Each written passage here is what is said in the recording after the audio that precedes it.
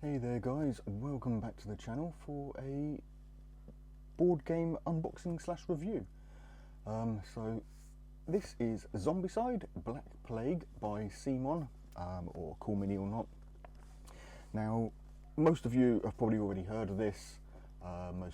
Some of you probably own it already, but for those of you like myself living under a rock, you may not have heard about it. So I'm going to do an unboxing as I have recently discovered, bought and played it and thoroughly enjoyed it. So first of all, Zombicide. I do know what Zombicide is, I just didn't know that they had this version of it. But Zombicide is basically a 1 to 6 player, although you can go higher, board game, if we get it the right way around. Board game where you play as a number of survivors per player, and you move around a board trying to do objectives based on the quest that you are doing, while spawning in hordes of zombies and basically trying to survive. It's a very simple game, very easy and quick to learn, but it is not easy to win. I've played this 3 or 4 times now with my kids or my grown-up now kids.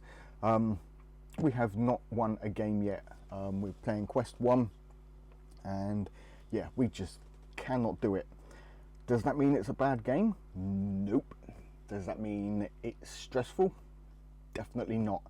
It even though we lose, it's fun losing. Like, you enjoy, you're okay with losing. You don't want to rage quit and never play the game because it's too hard or anything like that. It actually makes you more determined to try better next time.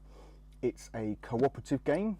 It's considered a dungeon crawler, but to me, my definition of dungeon crawler, it just doesn't quite fit. It is just a horde board game. So looking at the back here, we've got the game contents. You get 71 miniatures. Those are 6 survivors, 35 walkers, 14 brutes, 14 runners, 1 abomination and 1 necromancer. Obviously at the minute that means very little to you unless you've seen this before, but I will be doing a tutorial and playthrough video of this this game, so you'll learn what those different monsters or zombies mean. You also get 9 game tiles, double-sided, and they can be changed orientation to make various board layouts.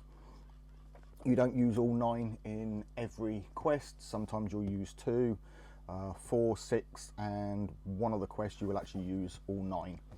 You get 6 survivor ID cards, which are basically the player cards for the survivors. 6 plastic dashboards, as you can see around the edge here. This is what your player cards and your inventory and things like that go on. 6 coloured bases. They're little bases that you put around the bases of the heroes so you know what colour you are.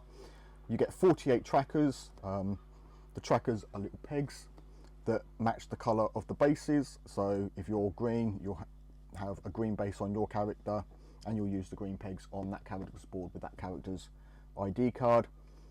68 tokens for all the little doors and objective markers and things like that, and 125 mini cards. So they are smaller, they're not your big poker size cards, they are half that size. If you were to turn one sideways and cut it in half, that's roughly what they are. 71 of those are equipment cards, and 54 are zombie cards, which are used to spawn in the zombies at the end of a game round. So yeah, that's the contents. I'm going to flip it over and ignore the fact that I've put the lid on upside down when I last played. Now, I have played this, so the contents are not how you will receive it if you buy it. This I bought on Amazon recently for, I think it was £75. Its RRP, I think, is £110 or thereabouts.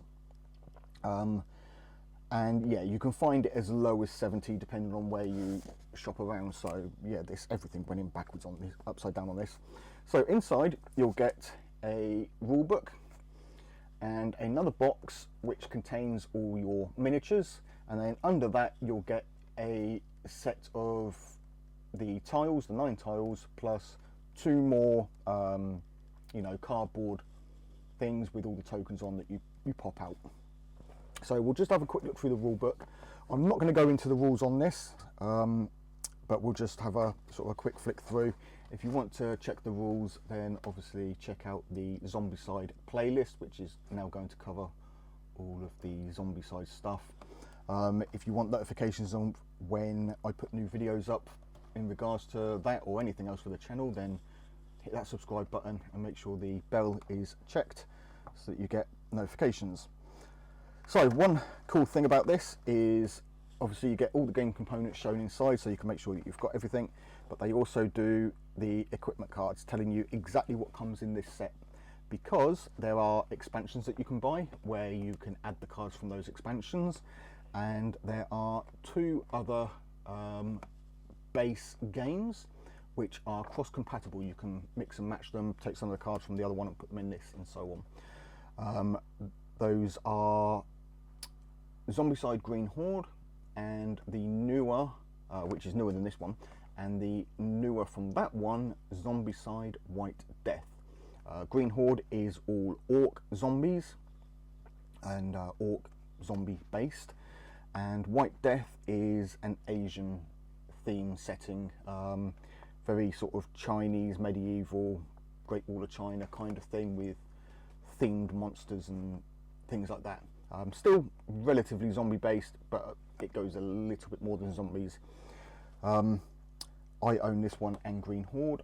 I will be putting a link in the corner here for my Green Horde review, and eventually I plan to get White Death as well. And there are currently 3, I believe, 3 main expansions for Black Plague and Green Horde, and 3 for White Death. They are all interusable as far as I'm aware. Definitely the Black Plague and Green Horde stuff. White Death can be, but it does really sort of carry its own theme.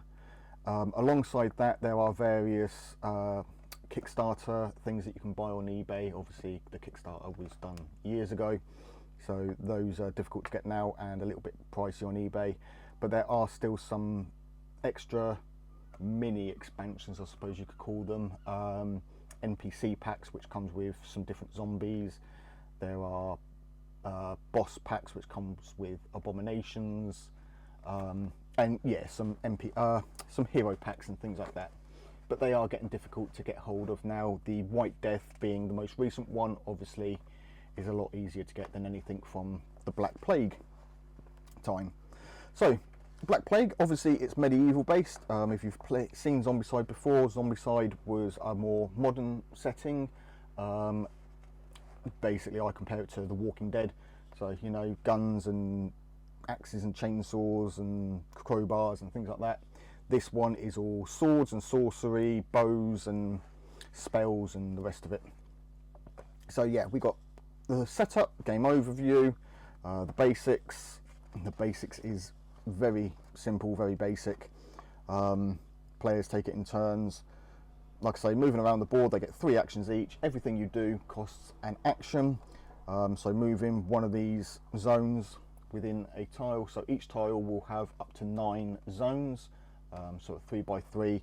Some of the zones, as you can see here, count as one large room, so they are one zone. So if you were to move from here to here, it would, or here, anywhere in this room would just count as one move, whereas here and here, although it's the same area, is one move, and then a third move through the door here. Opening doors costs an action, attacking costs an action, basically anything you do on your turn. And like I say, players start with 3 actions.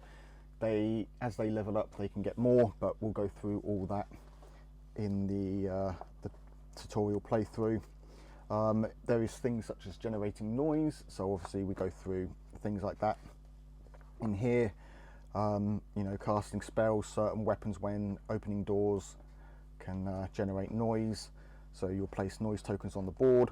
Once everybody has had their turn, you then move any active zombies and spawn new zombies, and these cards tell you how many zombies to spawn depending on the level of the highest player on the board. So survivors, if you have one in orange, one in yellow and the rest in blue, you will spawn anything that's listed under orange, in this case 5 walkers, because that is the highest level of the group essentially. Yeah, we've got the player phase, obviously goes through that. You've got the explanation of all the different zombies. Walkers, brutes and runners are the most common type, and then you'll have one abomination and one necromancer in the starter sets, but you can buy sets that have other ones in there as well. So we go through the player phase, the combat actions, reorganizing and trading, because you can store stuff in your backpack. Then we go on to the zombies phase, and then towards the back of the book we have, if we can find it, the quests. So this is the tutorial quest that I will be doing a video of. I'll put the link for that down in the description, but it will be found in the Zombicide playlist anyway, or the Zombicide fantasy playlist. But yeah, so that's a very simple 2-tile setup. It does look like it has an abomination. Oh no, it is just a brute. So a brute, a walker and a runner, and that will just take you through it. I may play quest 1 at some point as well. I'm not going to show you all the other quests just because of spoilers, but you can see that they are there. And then quest 10, without too many spoilers, it is 9 tiles.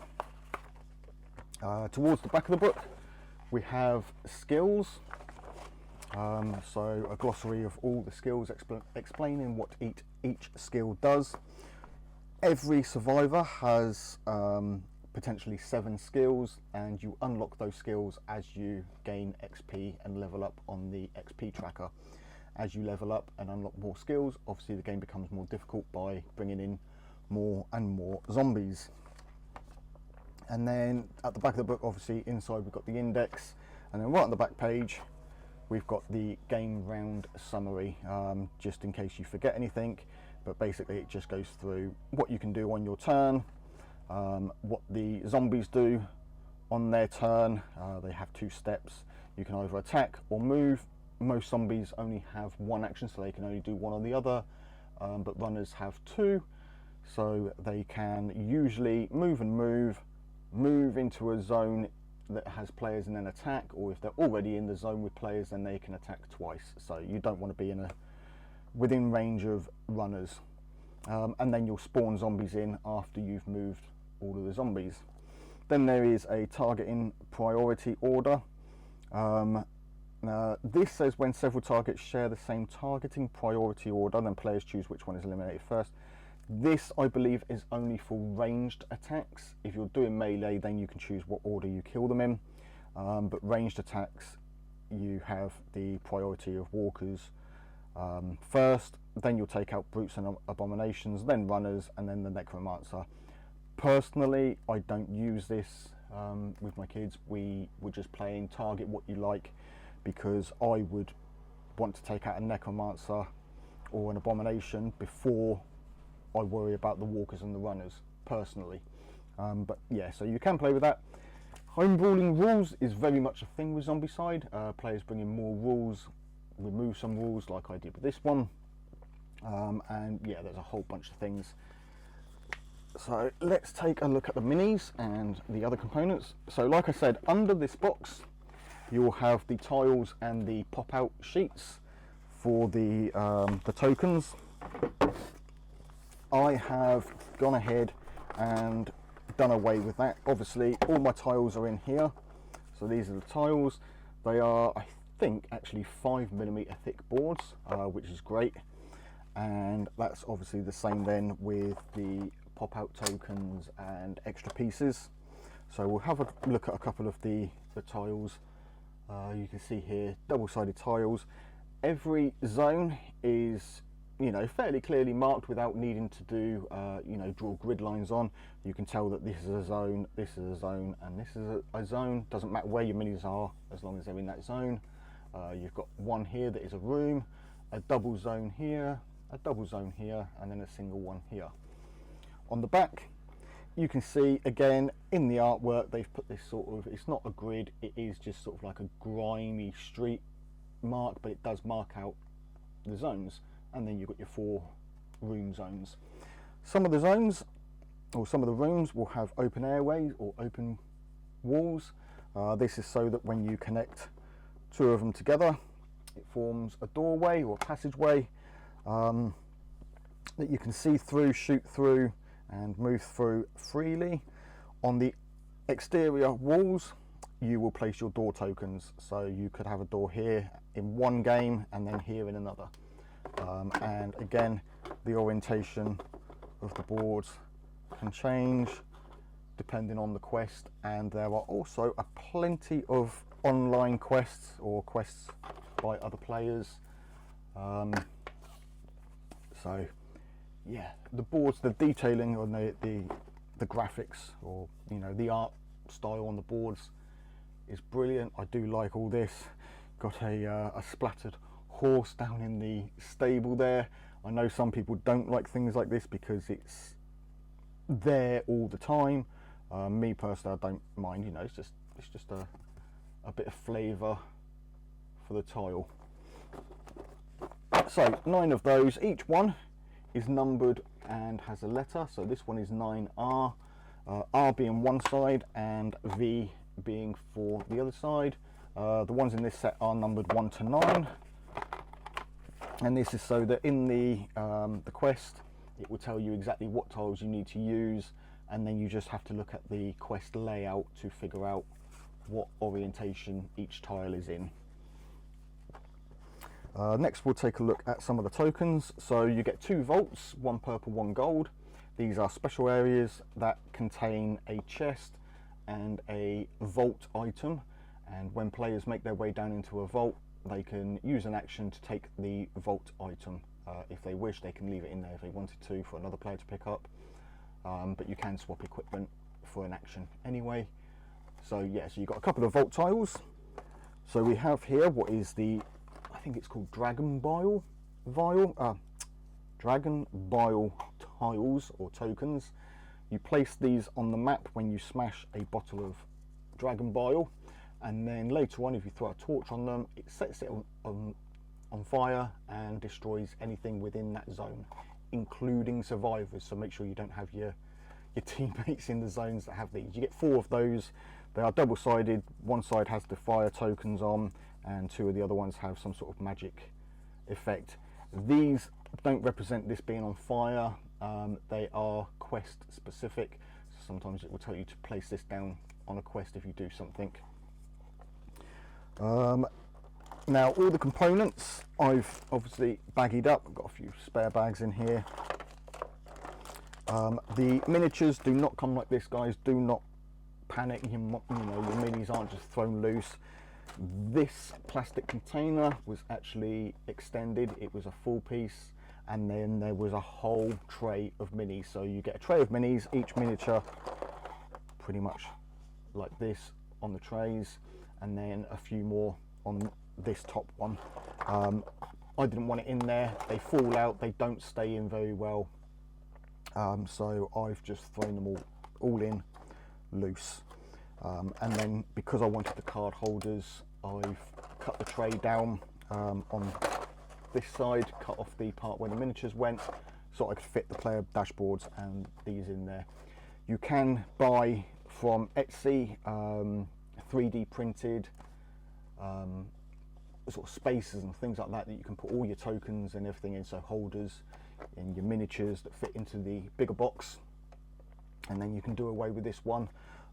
If you have access to a 3D printer, then you can find files on sites like Thingiverse for free, where you can 3D print everything that you need, even holders where these will slot down into holders like this, and they'll be, you know, placed about so that they're not all loose.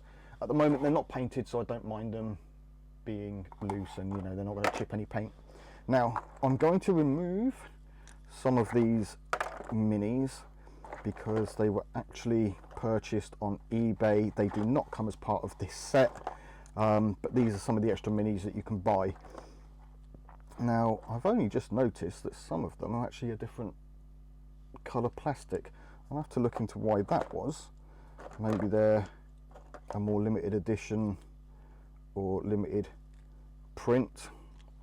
So yeah, so all of these minis here I had to purchase separate, they don't come in the box. Let's go through the miniatures. No, let's go through. So you've got dice. You have, in this bag I've placed the noise tokens as well as the player whose turn it is token, or the starting player token. Again, we'll go through the rules of what that means. We've got a token here, I think that shows that you're immune to zombies for a round. And then we've got a bonus action token here. Again, I'll explain all that in the playthrough video. You've got your pegs, so all your different colour pegs, each colour matching up to the bases that you put around your chosen survivor. We have all of the zombie spawn tokens, so you'll place these on the board. Some of them are called necromancer spawns with a regular spawn side, and they obviously follow special rules with the necromancers. Objective tokens are represented by a red X. Two of them are marked, one is blue on one side, the other side, you can flip it, is red, and on another one it is one side red and one side green. Those are quest specific, so they are specific objectives that you have to find in order to complete the quest. We have the doors for the vaults, an exit token, again that is quest specific, and then here we have a closed door token, and then on the reverse of that it looks like this, which is an open door. So once you've opened a door, you flip this one to the other side to show that that door has been permanently opened. Cards, let me just get rid of all of these because these are for the other guys. I will do a small video maybe looking at those. So your player trays, dashboards, whatever you want to call them, look like this. So you have two weapon slots, so your hands. You can place an armor in this slot. Every character has something else that they can place in this slot indicated by the card. So Nelly, for example, she can hold a dagger there instead. She can't hold any other equipment there other than armor or the dagger. The same with Samson here, he can hold armor or a shield. You have 5 backpack slots. Any items, weapons that are in your backpack you can't use, you can only use what's in the left and right hands. And there are backpack specific items that if they are in your backpack, then they buff these so they stay active even though they're in your backpack. These are the skills I was on about with the survivors. As you level up, you can see that you enter one of 4 different zones: blue, yellow, orange and red. When you do, you unlock another action and you place a peg next to it. So everybody starts with a blue action. Samson here gets Ironhide. Nelly gets a free move action, so technically she gets 4 actions when she levels up into yellow. Everybody, as far as I'm aware, gets +1 action when they go into yellow. That's the only part that's identical. And then for the orange you'll get 2, and they become, you know, they're varied as well. And then you'll get 3 when you move up into the red. Word of note, I have not entered red yet in the games that I've played, and only one game did we enter orange. It is a little bit difficult to level up everybody. You will have 1 or 2 players maybe still down around here, while you'll have some sort of around this area, depending on the length of the game. So yeah, at the moment I've got all the player cards are on the dashboards, and I've stored them like that, just for ease of pulling it out before I bought the other ones. So take a look at the equipment cards here. These will come as one and then cellophane wrapped, but because obviously I've undone them, so I've put all the zombie cards here and the equipment cards here. So we've got the 2 vault weapons that come in this set. We've got the Inferno spell and the Orcish crossbow. The symbol up here shows what it is. This means that you can dual wield them. So if you have 2 Inferno spells, you can actually roll for 1 action 8 dice. So again, we'll go through what all of this means, but basically this is how you use the weapons and what damage they can do and things like that. So yeah, you get 2. These are only available when you make it down into a vault, and what I do, because I've only got the 2, I'll shuffle them and then randomly place them on vaults, so you don't know which vault has which. Once you have more vault cards, obviously you can shuffle them and then pick 2 out and put them on the vaults. I think some people may pick 2 or 3, and others will say, well, okay, there's the deck, have a choice. Completely up to you how you play that, but I think the rules are you place 1 on each vault. Then we get 6 starting weapons, so that every character has a starting weapon. So we've got 3 short swords, yep, 3 short swords, a short bow, a mana blast, and a hammer. If you play games like Hero Quest, where only the wizard and the elf can play magic, that's not the case in this game. Everybody can use the spells because they're just reading from a scroll, which makes sense. So yeah, any character can use any weapon, spells combination between the 2 hands. You can have a bow in one hand, short bow in the other, and swords and stuff like that. So bows are ranged. They don't have the dual wield ability, so they are only ever used as 1. And then you have the hand here, which I think shows that it's a melee. I can't remember what that symbol means, but it does explain it in the book. Then we'll just have a quick look at some of the items. So we've got Dragon Bile and the torch. So you can throw this down if it's in one hand, and if you have the torch in the other hand, you can throw that straight down. If you don't, you can throw this down, place a token on the board, and you can always come back to it and light it later once you have the torch. Great for setting zombie traps.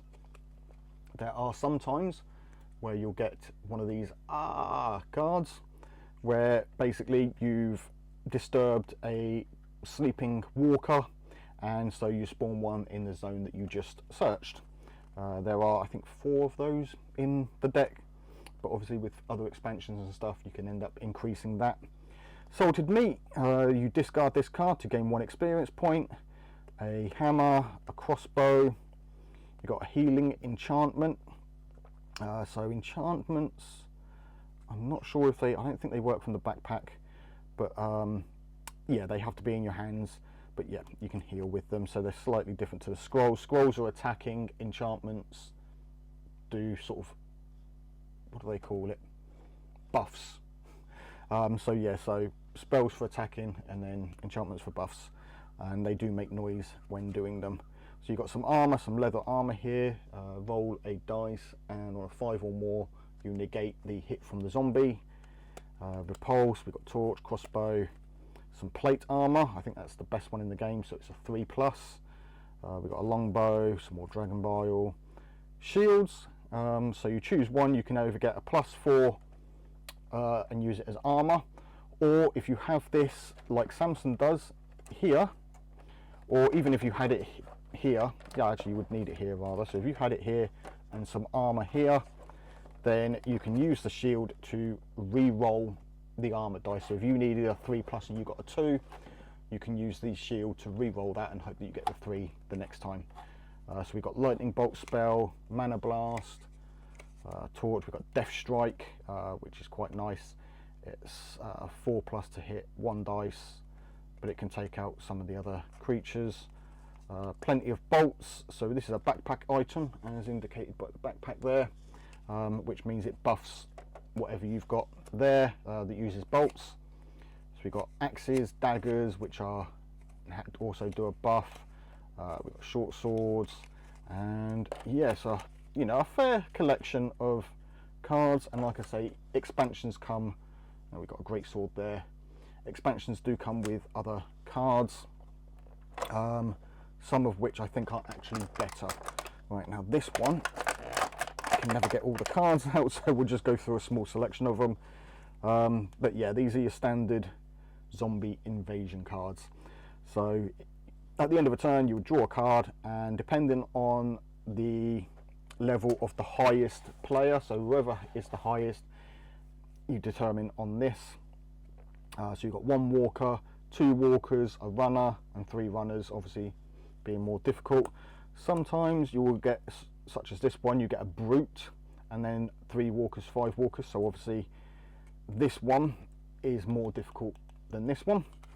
Abomination being the more difficult one. Some cards you'll get a double spawner, so instead of spawning a zombie on that one or on that spawn token, you move around to the next spawn token and draw 2 cards instead. So there's a few of them in here. I think there are some cards where you won't actually spawn anything in the blue, such as this one. So these are activation cards, so if you draw this, instead of spawning zombies, all standard walkers get an extra turn, and I think they do it for brutes and runners as well. So they will get an extra action. Not very good if you've just had a bunch of walkers walk into your zone, because then they can attack you as well. Double spawners, and yeah. So that's the zombie cards, nice and simple, easy to understand. Necromancer card spawns in a Necromancer. When you spawn him in, you place one of his Necromancer tokens. That then becomes a regular spawner as well, so basically you're an extra spawn zone for zombies, and you also draw a zombie spawn card to spawn on that zone at the same time. So yeah, those are the cards, but I know what you guys are waiting for. You're waiting for the minis.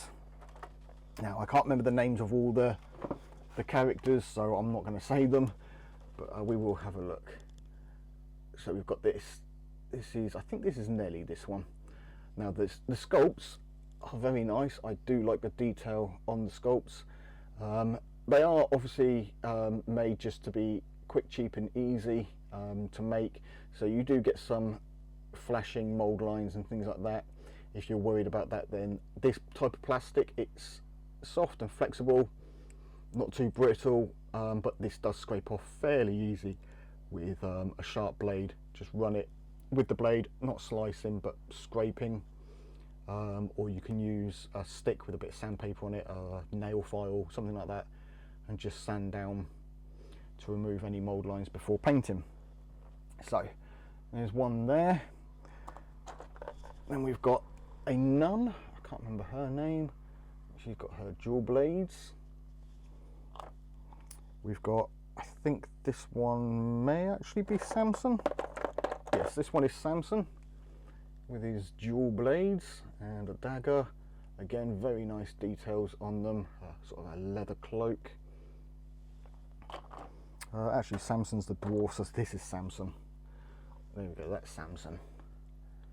The dwarf smith by the looks of it. I'm not sure if that's...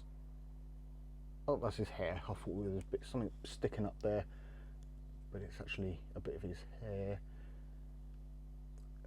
So yeah, very nice sculpts on each of these, and we've got I think this one is a priest or a wizard of some kind, cleric, something like that, with his cloak and his staff and sword.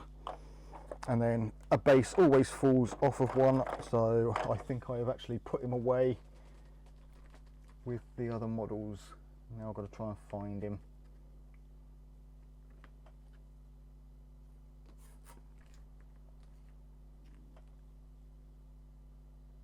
This one, Silas, I think it is, the elf. So this never actually stays on this base. I don't know if this is specific to me or because of the design of not being able to push with the cloak. Let's see if I can use a paintbrush and get it to actually stay on. I think what I'll have to do is heat up or sand down, either heat up the orange a bit and soften it up and stretch it out slightly by putting it on when it's hot, in some boiling water or hot water, or sand down the base. I'll have to check it with the other models and see if it fits on the other models, then it will sand down his base. If it falls off of all of them and takes the same effort to put on, then I'll expand this slightly by either heating it up or just carving away on the inside slightly. So that's the models for the survivors. So here we've got the runners. There are 2 sculpts of everything. So we've got a couple of sculpts there for the runners, one with a hood on and the top, and then one that's topless and hoodless. The walkers, we actually get 4, so if I can find all 4, we get 2 male and 2 female. If I can find the other female, there she is. No, that's not. Then it's that one. So you've got 1 female with both her arms down. See how well we can get that to focus. We've got the second female, obviously with her arm up and wearing slightly different clothing. A male, and obviously being medieval themed, they have these cool hoods and sort of medieval clothing on. The hoods with the long tassely bits that come down the side. Some of them have the long back hoods. So those are your walkers. For the brutes, again, 2 sculpts. So we've got this one that's playing air guitar with his belly. Looks really funky and cool.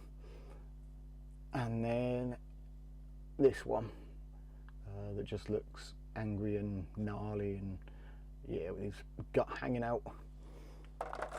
And then finally, the last 2 sculpts, you get 1 of each if I can find them. Ooh, why can't I find them?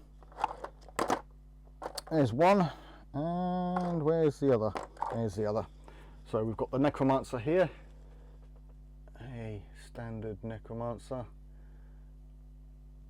Again, really nice sculpts. He's going to be super fun to paint, and if you want to see me paint them, hit that subscribe button and tick that bell to make sure you get notifications for when the painting videos go up. I will be painting all of the heroes and everything else. I think I will do the heroes individually, the necromancer and the abomination, which I'll show in just a sec, as 2 more videos. So 6 videos, 7, 8 videos, and then I will attempt to do all of the zombies in a weekend, and that will be its own video on how I do that. Quick and easy zombies done in a weekend.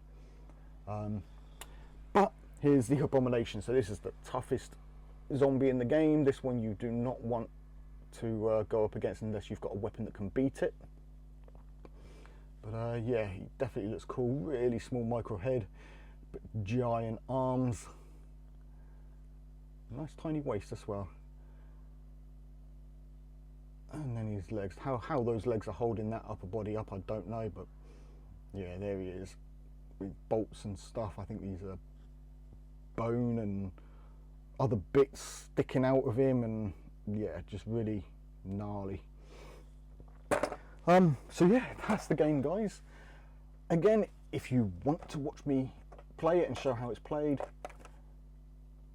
check the playlist for the channel. Let me get this straight. So check the playlist for the channel for this series, and there'll be a how to play there. Up in the corner is a link for the Green Horde unboxing, and then in the next coming weeks we'll have some painting videos up on the channel as well, so do make sure you subscribe and hit that notification for those. But that is all from me, guys, so thank you ever so much. If you've enjoyed the video, hit that like button. If you have any thoughts on the video, or what content you would like to see, or what you would like to see me paint first, let me know down in the comments. If you played this or played any of the others, let me know which one is your favourite, how well you find it, how you find the game, whether you like it or not. And if this video has inspired you to go and buy the game, then let me know down in the comments, and also check the affiliate links that I've got. You may be able to find it on one of those. I think I've got a couple of links down there. It will cost nothing to yourself. All it does is a small percentage, 1 or 2% of what you spend on the store, they give to me. So you know, if you buy this, I'll get a few pennies. Not a lot, but it does help the channel. It just shows that, you know, you guys are supporting the channel with affiliate links, purchasing and things like that. But that is all from me, guys. So until next time, as always, take it easy, keep painting those minis.